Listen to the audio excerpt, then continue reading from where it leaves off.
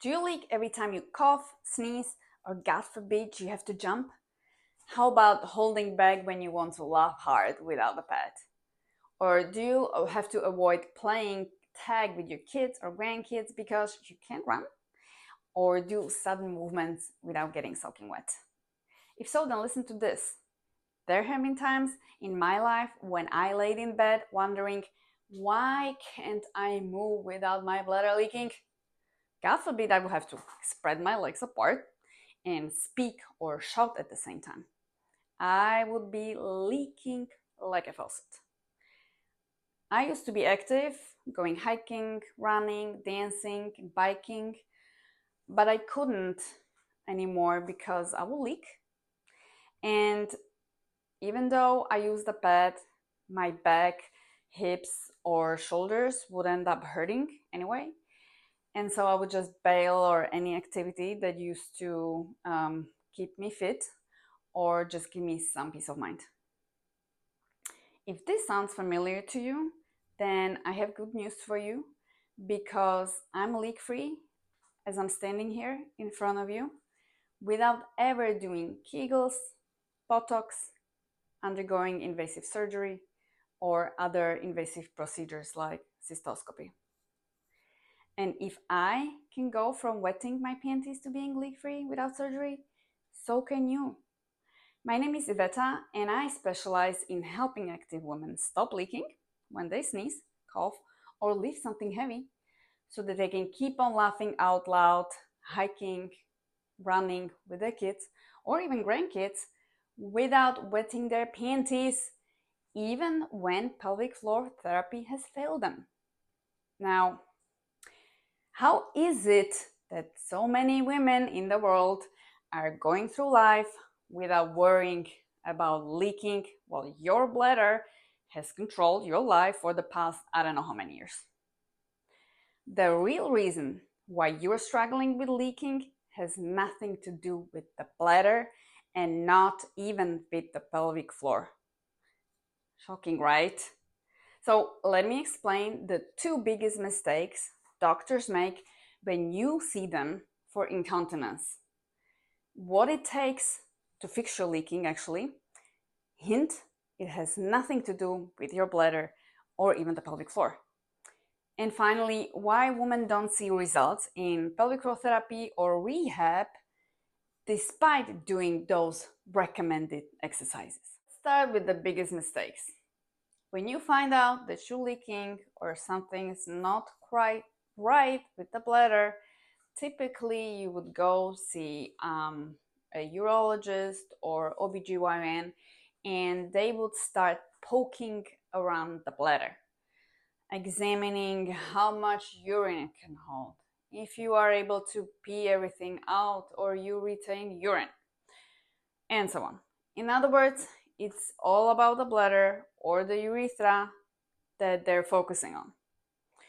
So let me show you a model of the pelvis so you can understand why the bladder is quite innocent here and why we have to look at something else for leaking, okay? So this is your pelvis and your bladder sits here with some other organs. Okay, you have your uterus and your colon, and it's surrounded by the bony parts and then by the muscles. Okay, rounded. So specifically from the pelvic floor, from the bottom, the glutes on the side, and your organs and intestines and abdominal muscles on the top. Okay, and your pelvic floor works as a hammock or a sling that holds the bladder in place so it doesn't fall out, and not just the bladder, the uterus and other organs. So this is important for prolapse as well. And as you can see, it's quite a crowded place here inside, okay? But the bladder is like a balloon and it needs to expand when it fills up with urine. And so in this crowded space, when we push upon it or where the bladder is squeezed, that's when we leak urine. And I will go through these pushing mechanisms later on in the video because it's extremely important. As you can see, there's nothing where the bladder itself would contribute to leaking. Therefore, treating the bladder or the urethra will not make you dry. What we need to do instead is create space here. Okay? And so, in a better case, you would encounter a doctor that is aware of the fact that women have a pelvic floor and that it plays a big role in keeping us leak-free. And this doctor would then examine the state of your pelvic floor muscles to determine if they are weak or tight, if they're supporting the bladder properly. And do know that both weak and tight pelvic floor muscles can lead to a leaking and worsen prolapse, and just overall make you go pee every 10 minutes. But guess what? Studies show that women that leak have strong and healthy pelvic floors. How is that possible? If they still leak when lifting or pushing something heavy, sneezing, running, what have you. But when they check their pelvic floor strength, everything was okay. What's happening? Why is that? I will explain. Just give me a second. It will all make sense, I promise. So here's what your doctor should be telling you, but they not, because they don't know. They simply don't know this. They just have the basic information, basic knowledge, okay? They don't have the specific education and experience that I do. First of all, to get a strong pelvic floor contraction, or so-called Kegel, it's not just a pelvic floor that needs to contract. Studies show that it's impossible to make a maximum pelvic floor contraction without engaging a so-called transversus abdominis muscle. This is your deep core muscle in your abdomen. So if you've been doing Kegels endlessly without engaging this muscle, not only have you been doing them wrong, I hate to say, you've been wasting your time. And I will show you later in the video how to check if you've been engaging this muscle properly, okay? So this is just one reason why the ladies from the study had healthy pelvic floor despite being incontinent, okay? These ladies in the study were tested for abdominal activation, and a long story short, when they braced or engaged their core, their upper abs took over way too much and way too soon. But basically, your upper abs squeeze everything downward and upward, okay? Like a balloon. This balloon represents your abdominal cavity, okay? It's your superficial abs, your pelvic floor at the bottom, and your upper abs are at the top. When I squeeze down, so when I engage my upper abs too much and too soon, then I'm gonna push down on the bladder. So the pelvic floor is gonna push out, okay? This is the essence of bearing down. This is what we call bearing down. And on the screen, you can see a picture of me bearing down but lifting a chair. So you can see that the pelvic floor can be just fine and you can still be leaking, okay? Because it's the everything around it that has a flaw and needs to be fixed, not the bladder and not the pelvic floor. So what does it take to fix your leaking? I'll explain 3 things you need to be doing. Now you know that the pelvic floor supports the bladder, but your doctor should be also explaining to you that the pelvic floor works in sync with your breathing and the diaphragm. With every single inhale that we take, the pelvic floor goes down to accommodate the organs that are pushed down by the diaphragm when we inhale. And on exhale, the pelvic floor contracts or lifts up in order to help the diaphragm push the air out. This is happening with every single breath, and we take about 18,000 to 22,000 breaths a day. That is a lot of movement for the pelvic floor.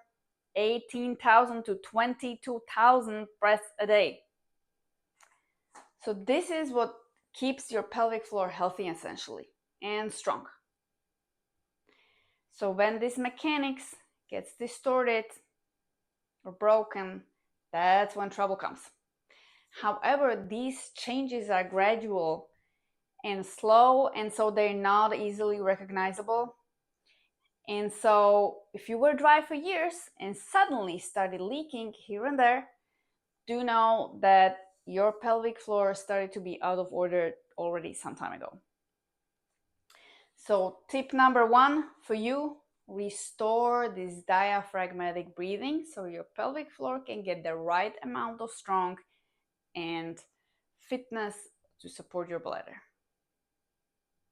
So if your pelvic floor works in sync with your breathing, how should you have been doing the Kegels? Trick question. That's right. Contract only on exhale, release only on inhale. So if you were not doing the Kegels that way, you have been doing them incorrectly. And I had to say you were wasting your time. Did you know this? Did the therapist mention the breathing part and explain it to you?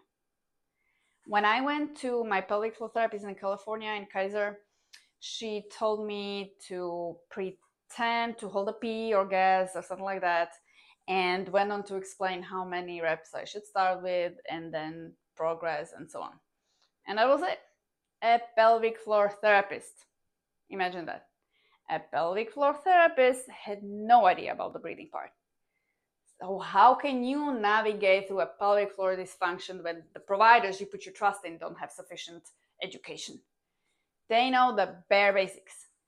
But wouldn't you want to work with someone who knows every single detail of what contributes to leaking?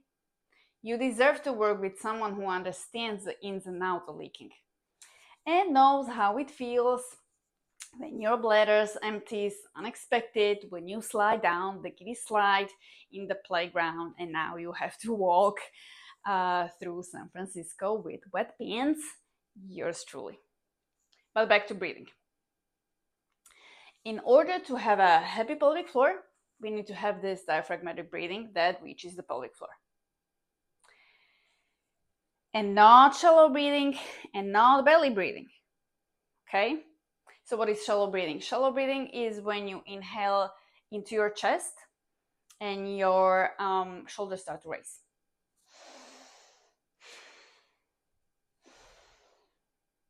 That means that the diaphragm doesn't descend down sufficiently to talk to the pelvic floor. And we get the neck tension, the shoulder tension, the headaches, the migraines.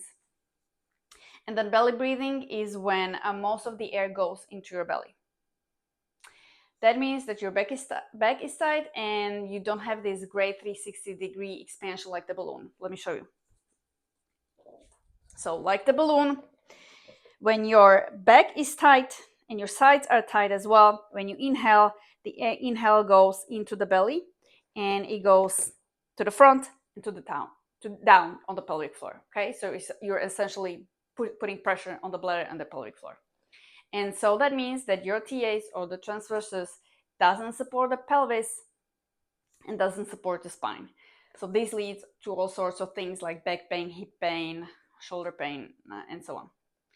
However, when we lift something heavy, we have to adjust the breathing accordingly. Meaning we have to breathe harder, exhale harder. Remember the last time you picked up a heavy suitcase when you were flying. We have to exhale harder, and when we exhale harder, certain things have to happen so we don't hurt ourselves.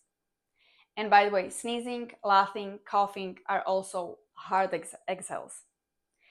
On the hard exhale, the pelvic floor needs to contract harder, the transverses, the TAs, they need to contract harder to protect the pelvis and the spine, so we don't get that back pain and we don't push everything downwards on the bladder. So the pelvic floor and the TAs contract in a certain fashion to keep our bodies happy and pain-free. This is how it looks like essentially. On the exhale, starts at the bottom of it lifting, contracting, and then you should engage your TAs, kind of like you're zipping your the pants or the imaginary overall. So from bottom up, okay? And the contraction should be upward and inward to be dry and pain-free.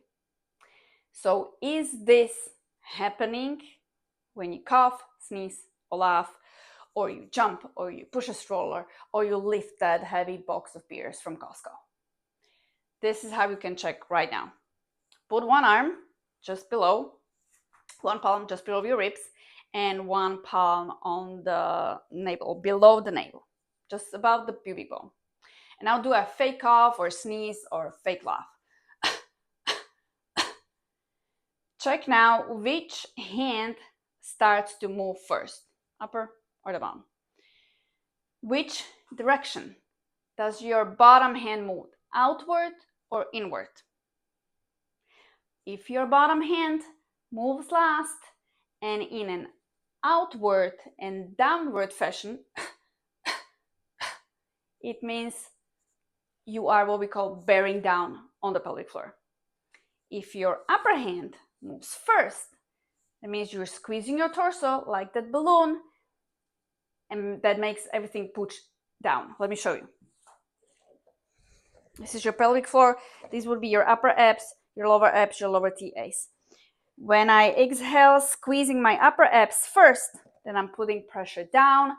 The belly bulges out, the pelvic floor bulges also out. This means that your bladder is under constant pressure from the top. This is one of the main causes of leaking, prolapse, even urgency or frequency. And it happens not only during laughing or coughing, but during daily movement, when we exercise, when you go for a walk, when you reach over for that cup. So tip number 2, reverse that bearing down so your TAs contract from the bottom up in an upward and inward fashion instead of downward and outward fashion. So do you see why just looking at the bladder or pelvic floor is not enough? I have mentioned the breathing, your TAs, your upper abs, the way they work together, the sequence of the mechanics of zipping upwards and inwards. But there's more because our bodies are complex. And what I mentioned are just a couple of vital pieces of the puzzle. What would you say your provider should be looking at next for a pelvic floor disorder or leaking? Your pelvis, right? The bladder and the uterus are organs that are located in the pelvis. It just seems logical to me that the pelvis has to play some role if the bladder is inside of it. Don't you think? So let me show you how your pelvis looks like. This is a model of the pelvis, and it's made of bones, and there's some flesh on top of it. Should be glutes, your butt. Let's look at how the bony and the muscle alignment can impact your leaking. The pelvis is a sturdy structure made of these big bones at the top, the sits bones at the bottom, and the sacrum. So these bones can and should move, and the sacrum also moves a bit. When we sit down, lean forward, the sacrum should move. And how they move impacts the pelvic floor. The green tape represents the pelvic floor, the green tape. When I open the hip bones here on top, the sits bones at the bottom come closer together. Note what it does to the pelvic floor tape. This is a normal tension. When I open up, the pelvic floor gets some slack and it's loose. This means for the pelvic floor When the sit bones are too close together, it cannot contract because these bones are too close and just not, it's in a position of a slack. When they are normal, the hip bones are in a normal position. There's a certain distance between the sit bones and the pelvic floor has some tension.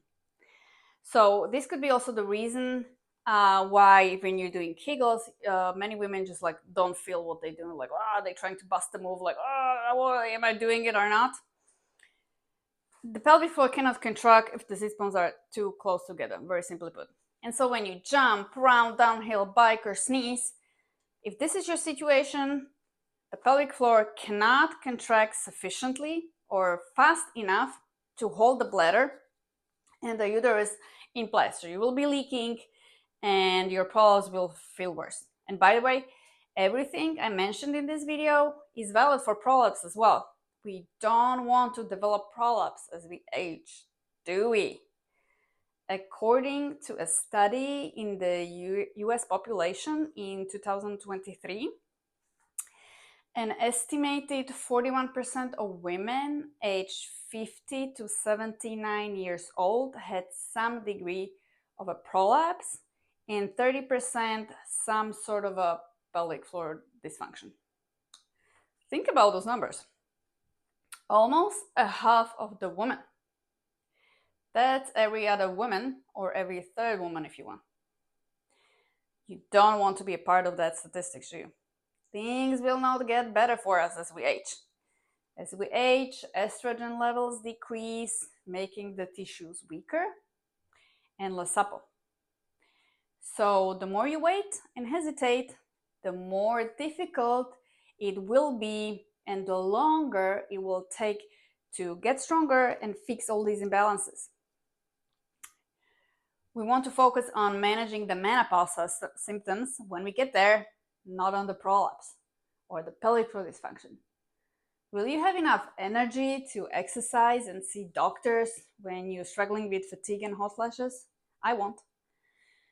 You want to avoid that at all costs.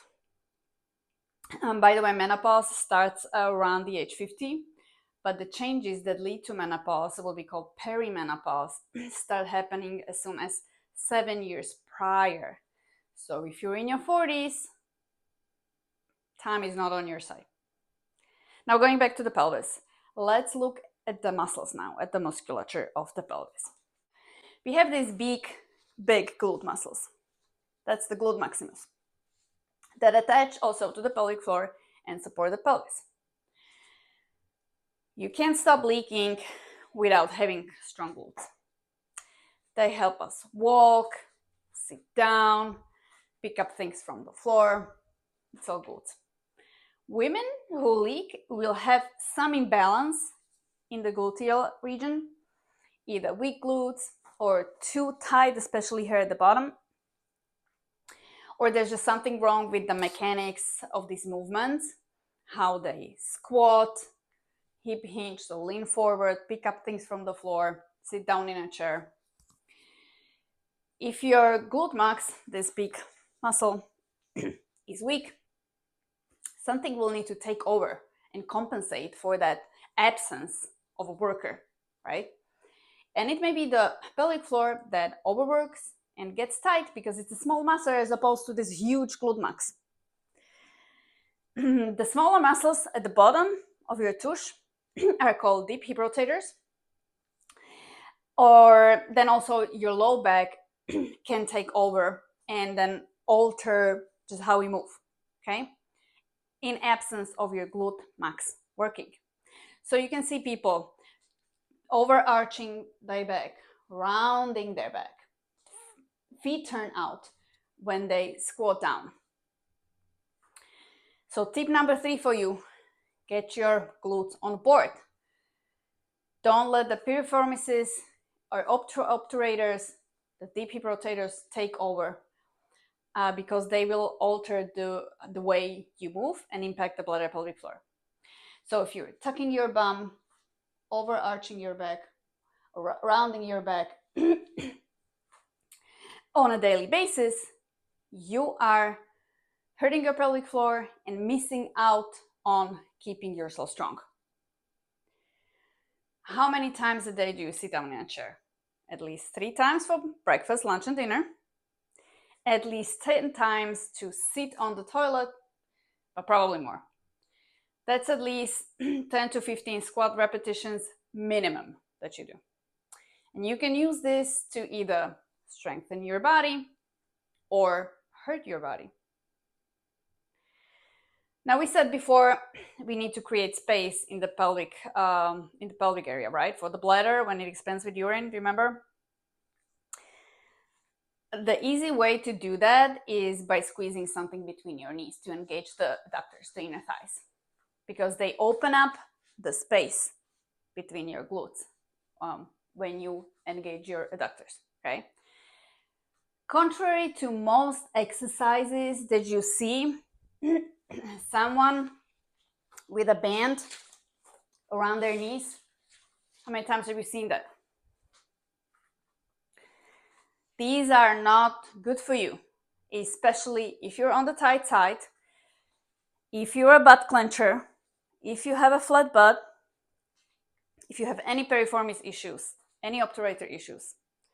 Chances are that you will be engaging these small muscles called deep hip rotators instead of the big glute max. And they will close up this area between the sits bones that we want to open. We want to open the space so the bladder has space. We don't want it smushed. Because they will help smush the sacrum together and prevent the proper glute lengthening when we sit down, lean forward, and so on. Does that make sense? So don't start with those bands that you see everyone using on YouTube if you don't have the mechanics of these movements right. So are you starting to see a little bit why you have been stuck and not seeing progress despite doing Kegels, despite seeing doctors and therapists and doing the rehab and pelvic floor therapy? It is hard to navigate through a pelvic floor problem with a provider who has just basic or outdated knowledge and who cannot provide you with solid guidance and everyday support. I have already mentioned a reason why women don't see results with rehab, but they also kill their progress by putting pressure down on the bladder and hurting their pelvic floor throughout the day, right? So what are other reasons that prevent women from seeing results from corrective exercise or rehab or pelvic floor therapy? This is what I ask when someone tells me pelvic floor exercise or rehab didn't help them. Overall length. 6 months is a drop in a bucket. It's nothing. It's possibly what insurance pays, but not what your body needs. Think of it this way. If you were leaking for 5 years, you cannot expect 100% fix in 3 months. Be prepared for a marathon, not a sprint. My physio that I went to see for back pain and headaches that I've been experiencing for more than 5 years dismissed me after 3 months, saying something else must be wrong with me. This was an orthopedic physical therapist. It wasn't. She was addressing my symptoms and not the cause. Kind of like when your doctor is focusing on the bladder and the urethra. They're not addressing the root cause. Why is the bladder squeezed upon and pushed upon here in the pelvis?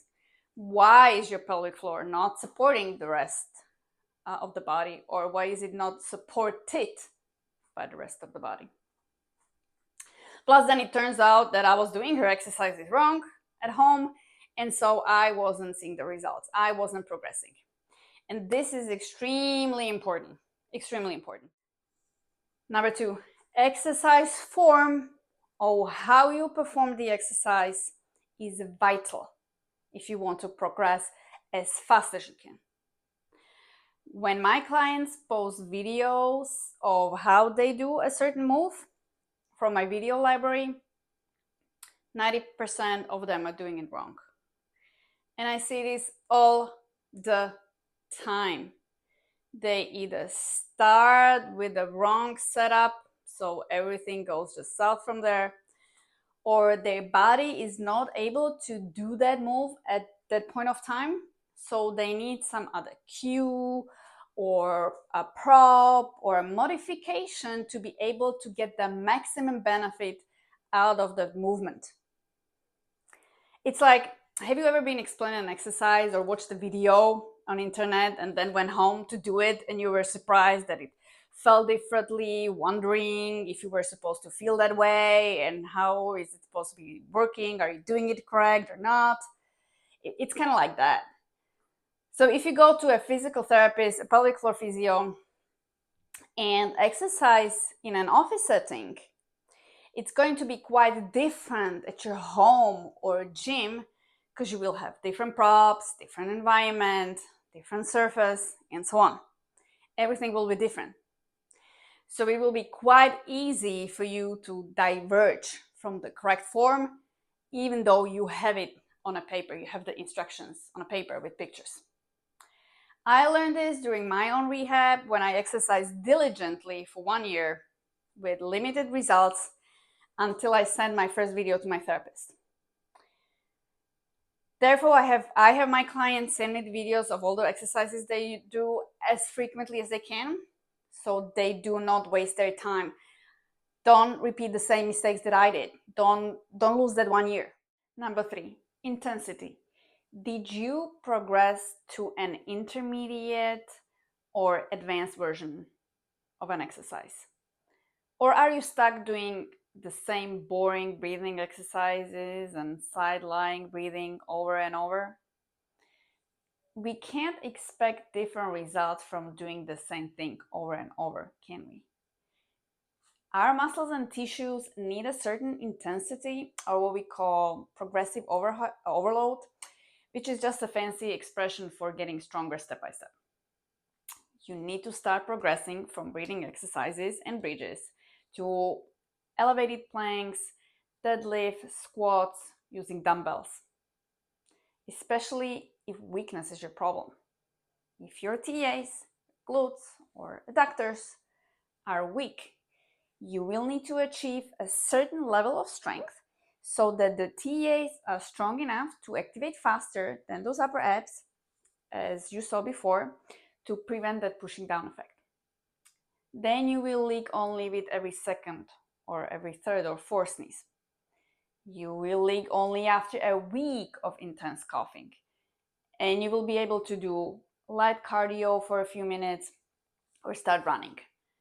This is how you will fix your pelvic floor problem step by step with steady progress. Usually it takes 4 to 6 weeks for a muscle to grow and get stronger. So, are you increasing the intensity and advancing the moves? If not, that could be also the reason why you don't see results with physical therapy or rehab. And when you start getting stronger and overall, you will have more energy during the day, you will be in a better mood, you will feel much more confident and more excited about your own body and what you can achieve with it. You will feel so much better and you will want to do even more, I'm telling you. Because this is actually when the fun starts. Doing those fun exercises using dumbbells and bands and doing something more complex and more intermediate, okay? You will be enjoying your workouts more and more. So, have you gotten past the initial beginner level exercises? The question for you. If not, there's still a lot of potential for you in the rehab exercise realm, okay? Do not give up, please, I'm begging you, do not give up. Number 4, not giving up in the face of regressions and relapses. This is what your provider should be explaining to you. Fixing your leaking or prolapse does not happen on a straight line. Does not happen on a straight line. It's a zigzag line with lots of ups and downs. But it has an upward direction. Can you see the picture on the screen? Upward direction, or it should have an upward direction. But it's very difficult to see the big picture from where you're standing at. I see a lot of women who gave up as soon as they were faced with the first relapse or regression or flare, and they opt for unnecessary surgery because there wasn't anyone to support them and ask them basic questions. What happened that day and the days before? What did you do prior to this flare or a regression? And just help them to see the big picture and that the trajectory of their line is upward. So it's still okay that you have a flare and you have a relapse. And just guide them through the entire journey, because fixing most pelvic floor problems is a long journey.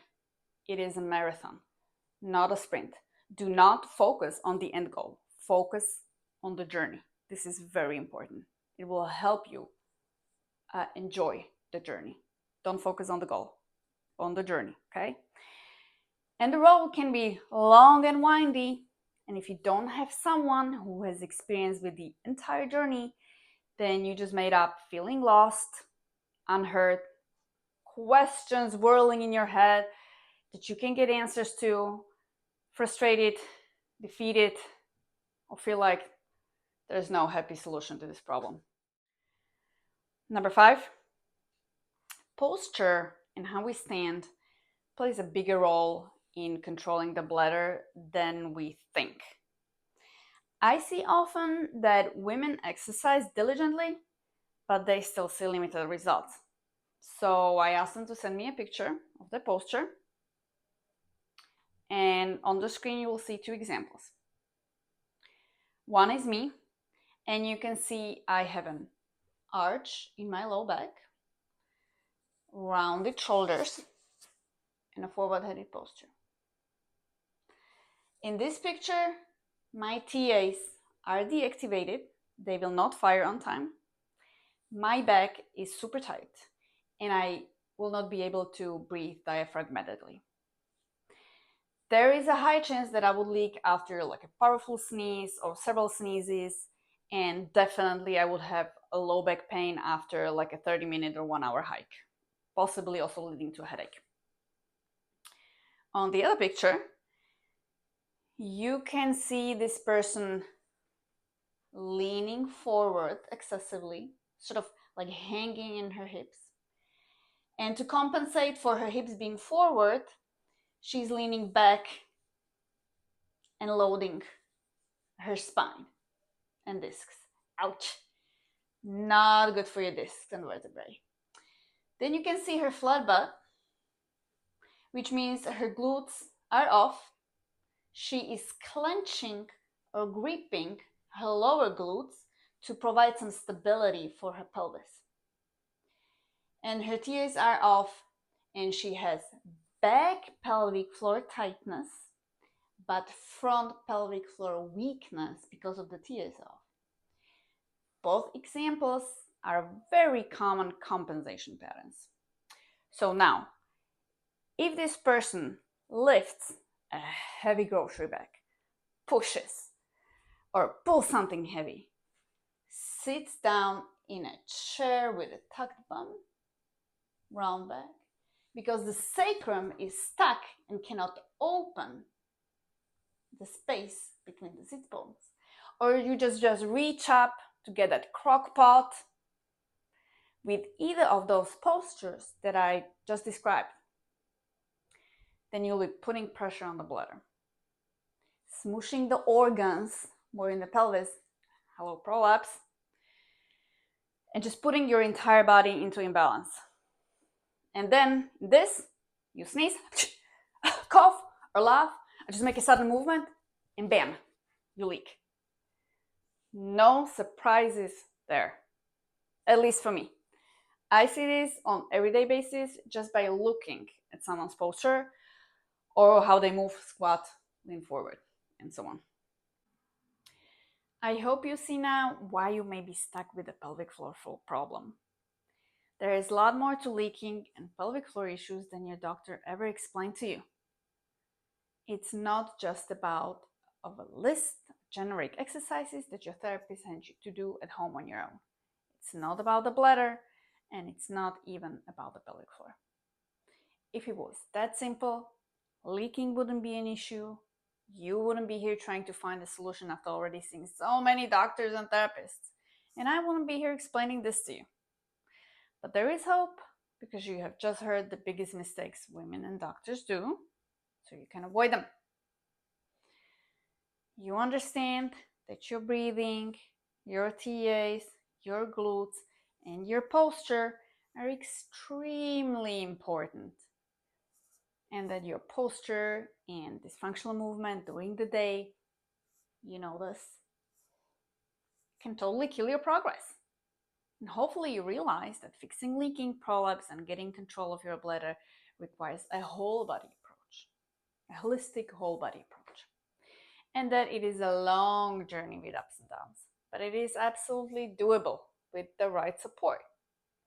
I fixed my incontinence, back pain, urgency with corrective exercise and rehab, and I know of many, many other women who have done the same under my guidance or the guidance of my teachers and my mentors.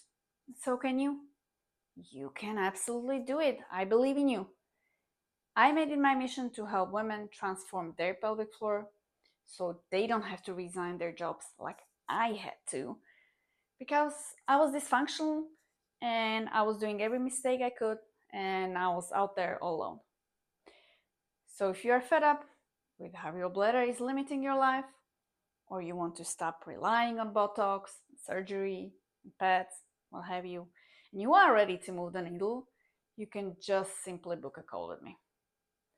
And we can dig deeper into your personal situation, your history, to see if you could benefit from either me doing a posture analysis for you based on the pictures that we would take on that call, or to see if the protocol that I took myself and my clients through will be a good fit for you. So if you are interested, there's a button on the page you're watching the video on that will take you to my calendar where you can just schedule a call with me. It's as easy as that. If you can find a time that is convenient for you, just comment on social media, respond on email, and I'll make sure to find some time together to discuss if my approach aligns with your needs. Okay? I hope this webinar was an eye-opener for you. I'd love to know what you think. If you have any questions, you know where to find me and schedule the call if you're ready, email or social media. Thank you for listening and talk soon.